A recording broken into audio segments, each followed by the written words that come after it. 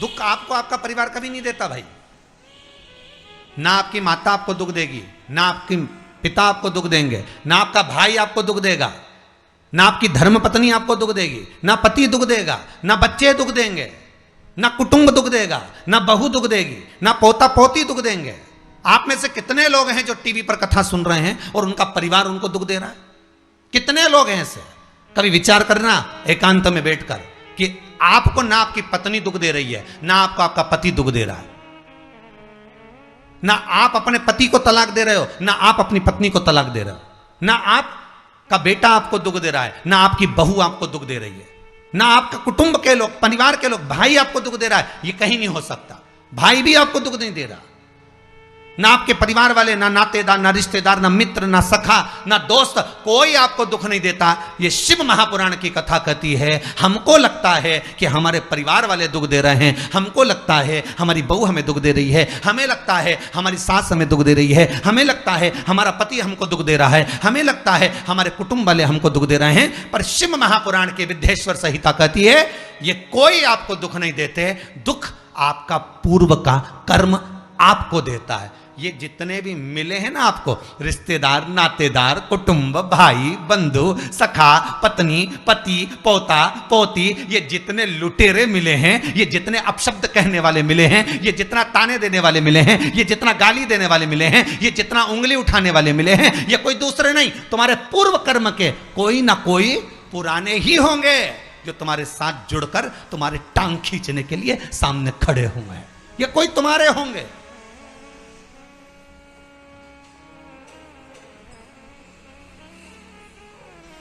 तो ये सब दिमाग से निकाल दीजिए आप आपके ये चित्तवृत्ति बुद्धि से ये बात सब निकाल दो। जितने लोग कथा सुन रहे हैं ना, अपनी बुद्धि से निकाल देना कि मेरी बहू मुझे गाली दे रही है। हाँ, तूने किसी गाय को रोटी नहीं दी और दी भी होगी, दूसरी बार गाय आ गई होगी तो डंडा मार के भगा दिया, वही बहू आई है, वाणी के डंडे कुदा रही है।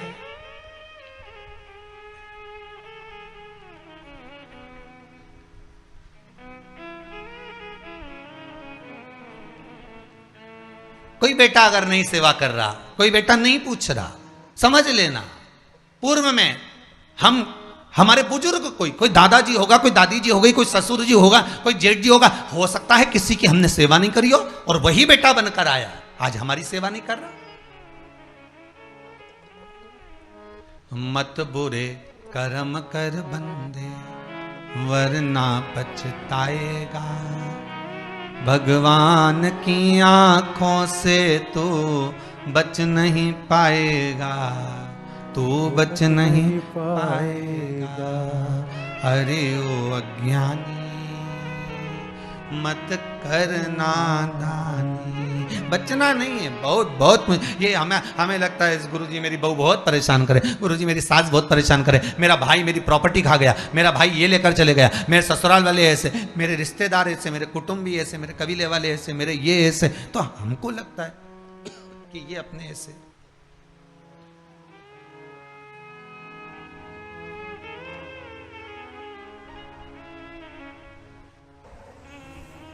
हमको लग रहा है कि ये हमारे ऐसे हैं, हमारे को लूट रहे हैं, हमको ऐसा परेशान कर रहे हैं, हमको ऐसा कर रहे हैं, पर नहीं भाई। शिव महापुराण की कथा कहती है कोई हमको कष्ट नहीं देता। एक बार पहले भी कथा में कहा, आज फिर कह रहे हैं आपको महाराज, फिर कह रहे हैं, आज फिर कह रहे हैं।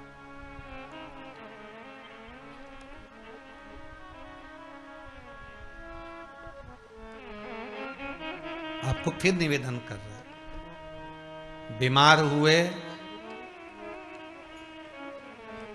देवास में, बीमार हुए भोपाल में, बीमार हुए सीहोर में, बीमार हुए कहीं, डॉक्टर को दिखाने जा रहे हैं इंदौर, डॉक्टर को दिखाने जा रहे हैं भोपाल, डॉक्टर को दिखाने जा रहे हैं देवास, मुंबई, पुणे, जहाँ तहाँ हम डॉक्टर को दिखाने के लिए जा रहे हैं। वहाँ हॉस्पिटल में हमने सुई लगवाई, इंजेक्शन लगवाया, वहीं से कहीं कुछ चीरा फाड़ी कर दी, ऑपरेशन कर दिया।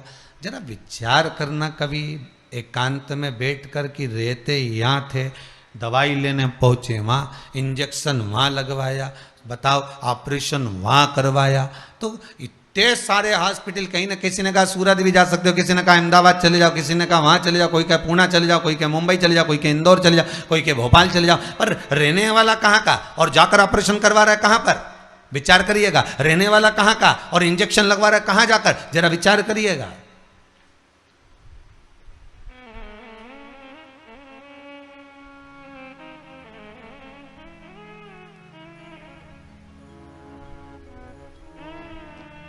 और कितने डॉक्टर, ऑपरेशन करने वाला कोई विशेष, कितनी डॉक्टर सिस्टर, इंजेक्शन लगाने वाली कोई, लगाने वाली कोई विशेष वहां बैठी है। उसको तुम नहीं पहचानते, वो आपको नहीं पहचानते। अभी अभी कोरोना का टीका लगवाया होगा, वैक्सीन लगवाई होगी, इंजेक्शन लगवाया होगा, कोरोना महामारी का लगवाया सबने। अब लगवाया तो उसमें आपके मन में विचार तो आया कि ना तो हम इस सिस्टर को पहचानते, ना हम इस डॉक्टर को पहचानते, गए और सुई लगवा के आ गए। पर उसने हमको कष्ट तो दिया, भले वो थोड़ा सा चुभाया पर कष्ट तो मिला। पर विचार करा कि ये क्यों मिली, कारण क्या था, इसी ने क्यों चुभाया। हो सकता है पूर्व में तुमने भी इसको कोई कष्ट दिया होगा, हिसाब बराबर करने के लिए यहां लाके छोड़ दिया।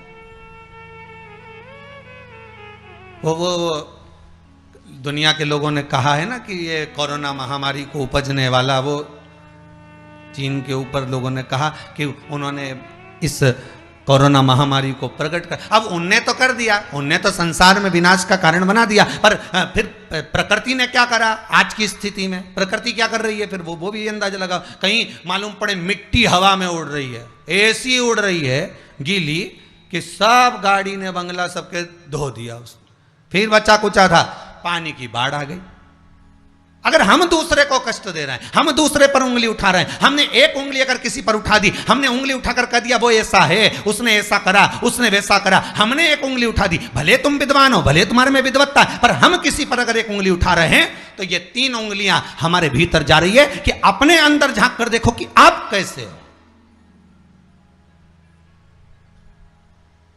अपने भीतर झांक कर देखिए कि आप में क्या तत्वता है। जो हम दूसरे में कुछ खोट देख रहे हैं तो हम में कितना खोट भरा होगा, हम में कितना कपट भरा होगा, तभी तो सामने वाला कपटी नजर आ रहा है। जैसा चश्मा लगाओगे सामने वाला व्यक्ति वैसा ही तो दिखेगा। लाल कलर का लगाओगे तो लाल दिखेगा, काला लगाओगे तो काला दिखेगा, पीला लगाओगे तो पीला दिखेगा। नेत्रों में जो काम, अगर अहंकार है तो अहंकारी दिखेगा, लोभ है तो लोभी दिखेगा, वासनावान है तो वासनावान दिखेगा, तृष्णावान है तृष्णावान दिखेगा, चोर है चोर दिखेगा, कपटी है कपटी दिखेगा, बेईमान है बेईमान दिखेगा, अज्ञानी है अज्ञानी दिखेगा। आपकी दृष्टि जैसी होगी सामने वाली की सृष्टि वैसी ही नजर आएगी, सामने वाला व्यक्ति आपको वैसा ही दिखेगा। आपका चित्त अच्छा है, आपका मन अच्छा है, आपके दिल अच्छा है, आपके भाव अच्छे हैं, सामने वाला भी वैसा ही नजर आएगा। भगवान कृष्ण ने भेजा था दुर्योधन को अच्छा ढूंढने के लिए, एक अच्छा नहीं मिला। युधिष्ठिर को भेजा था पूरी पृथ्वी पर से कोई बुरा व्यक्ति ढूंढ कर लाओ, युधिष्ठिर को बुरा नहीं मिला, क्योंकि उसकी युधिष्ठिर की बुद्धि में, चित्त में ये भरा था, उनकी वृत्ति में ये भरा हुआ था कि बुरा कोई है ही नहीं, संसार में कुछ ना कुछ अच्छाई दिखी जाएगी।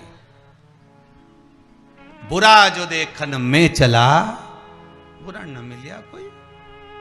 हम देख रहे हैं, हम चित्तवृत्ति से, हम विचार।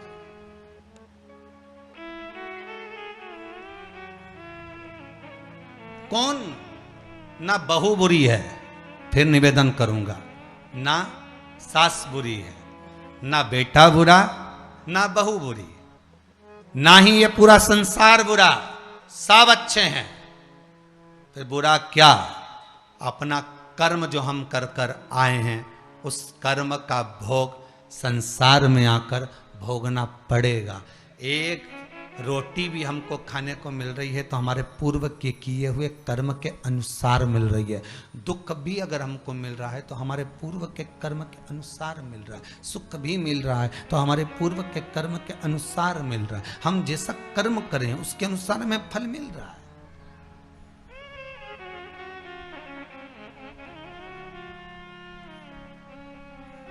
इसलिए बारंबार कहा था कि मान मेरा कहना नहीं तो पछताएगा, माटी का खिलौना माटी में मिल जाएगा। हेट बूट सूट सब यहीं रह जाएगा और माटी का खिलौना माटी में मिल जाएगा। ये हेट रह गया, ये बूट रह गया, ये सूट रह गया, सब पड़ा की पड़ा रह गया, सब धरा की धरा रह गया। इसका मूल तत्व क्या है? इसकी महत्वता क्या है?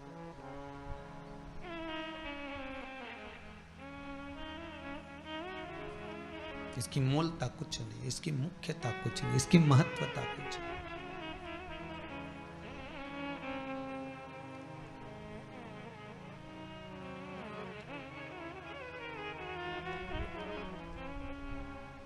किले भोले का नाम,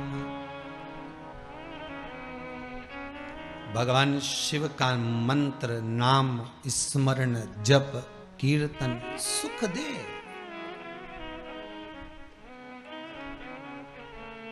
और वो सुख कोई साधारण नहीं हो सकता। वो सुख का आनंद, वो सुख का भाव बढ़ता चले जाता, आनंद बढ़ता चले जाता।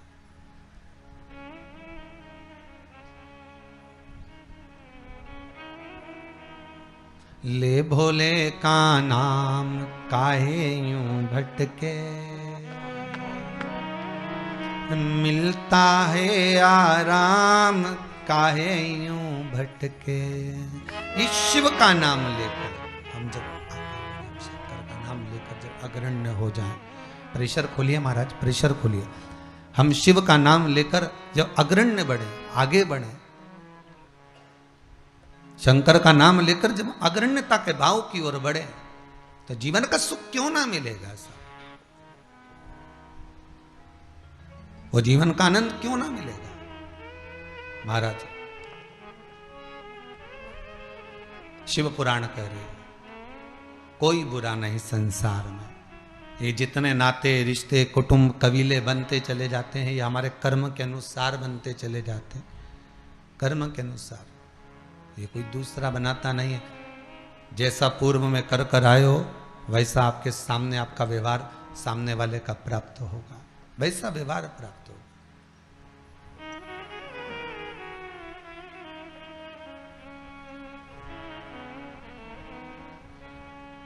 शिव पुराण कह रही है, शंकर की कथा कह रही है, शंकर का अनुमोदन कर रहा है महाराज। अच्छी संगत में बैठोगे, अच्छी संगत में अगर विराजमान होगे तो सुख अपने आप मिलेगा। माता के गर्भ से अगर आपका जन्म हुआ है तो कुछ अच्छा करने के लिए ही हुआ है। अगर आप बैठकर आस्था चैनल के सामने शिव महापुराण की कथा सुन रहे हो तो अपने आप को गौरवान्वित महसूस करना। थोड़ा न थोड़ा परमात्मा की कृपा, पूर्वजों का आशीर्वाद आपको ऊपर हुआ है, इसलिए आप शंकर की कथा को सुन रहे हो, शिव का भजन कर रहे हो। श्रावण के महीने में आज शिवरात्रि के दिन शंकर का अनुमोदन कर रहे हो।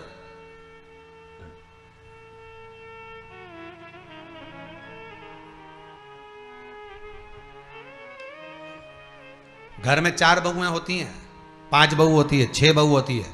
सास 6 बहू को बोलती है कि जाओ पानी लेकर आओ, अरे बोलो जम के जरा, नहीं बोलती ना। सास किसी एक का नाम लेगी, ए बेटा, ए लाली,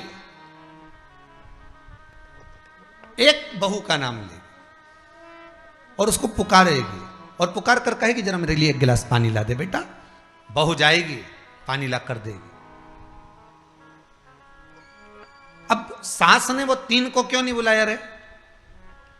अरे बोलो तो जम क्या, वो 3 से क्या सास की दुश्मनी थी? नहीं, वो भी रोज मिलती, वो भी रोज प्रणाम करती है, वो भी रोज नमन करती है, वो भी रोज ना रोज सास के पास जाकर बैठती हैं। वो भी, सास उनको भी साड़ी देती है और सास उसको भी साड़ी देती है, सास उसको भी रकम देती है, उनको भी। पर एक को बुलाया आवाज लगाकर, ए बेटा, ए लाली, ए बहू, जरा इधर आ। और जिसका नाम लेकर बुलाया वो दौड़ कर आई और लाकर पानी दे दिया। पर सास इसी को क्यों बुलाती है? 4 बहू में से इसी बस बहू को आवाज क्यों लगाती है? बस उतना तुम अंदाजा लगा कर रखो कि सास इसी को ज्यादा क्यों बुलाती है, इसी से बात क्यों ज्यादा करती है। ना तो उसने कुछ दिया, ना इसने कुछ दिया, ना कोई बात। पर कुछ बहू में, 4 बहुओं में, 4 बेटे में कोई एक ऐसा होता है जिससे सास की अच्छी पटती है। उसी तरह भोलेनाथ भी परिवार में उसको देख ले।